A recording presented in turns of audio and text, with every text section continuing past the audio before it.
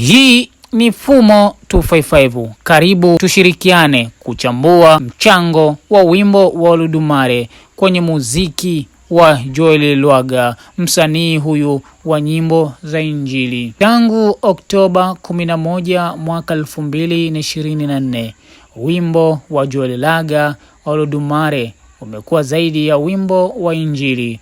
Umekuwa harakati ya kiroho na mafanikio makubwa kwenye majukwaa ya kidigitali. Wimbo huu uliotayarishwa na Allen Puza ulileta mapinduzi kwenye tasnia ya muziki wa Injili kwa kuvunja rekodi nyingi, ikiwa ni pamoja na kushikilia nafasi ya kwanza kwenye Apple Music Tanzania kwa wiki 4 mfululizo na kwa wimbo namba 1 kwenye YouTube Topic Music Videos mara kadhaa wa kadhaa. Ndani ya miezi 4, lyrics video ya Oludumare imepata zaidi ya viewers milioni 18 kwenye YouTube na kumweka Joel Lwaga kwenye orodha ya wasanii waliokuwa wakisikilizwa zaidi kila siku. Hii ilimfanya kuwa msanii wa Injili wa Tanzania mwenye wasikilizaji wengi wa kila mwezi kwenye Spotify, akifika zaidi ya watu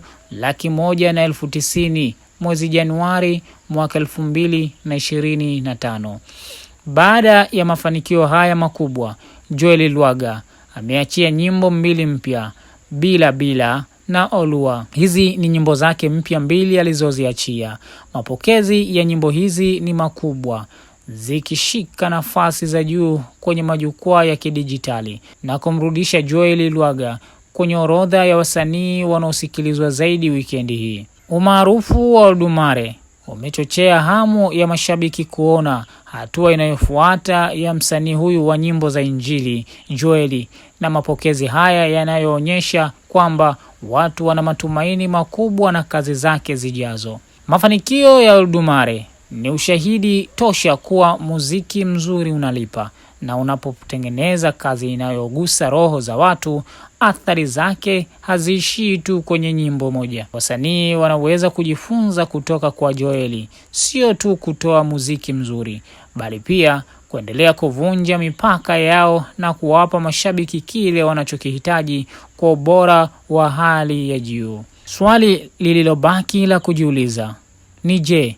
nyimbo hizi 2 mpya za Joel Lwaga, Bila Bila na Olua, zitaweza kufikia au hata theluthi ya kile kilichofanyika kwenye mapokezi ya wimbo wa Joel Lwaga wa Oludumare? Hii ni Fumo 255. Usisahau kusubscribe, kulike na kukomenti ili uweze kupata kila kinachotrendi na kila kinachozungumzwa mitandaoni utakikuta hapa.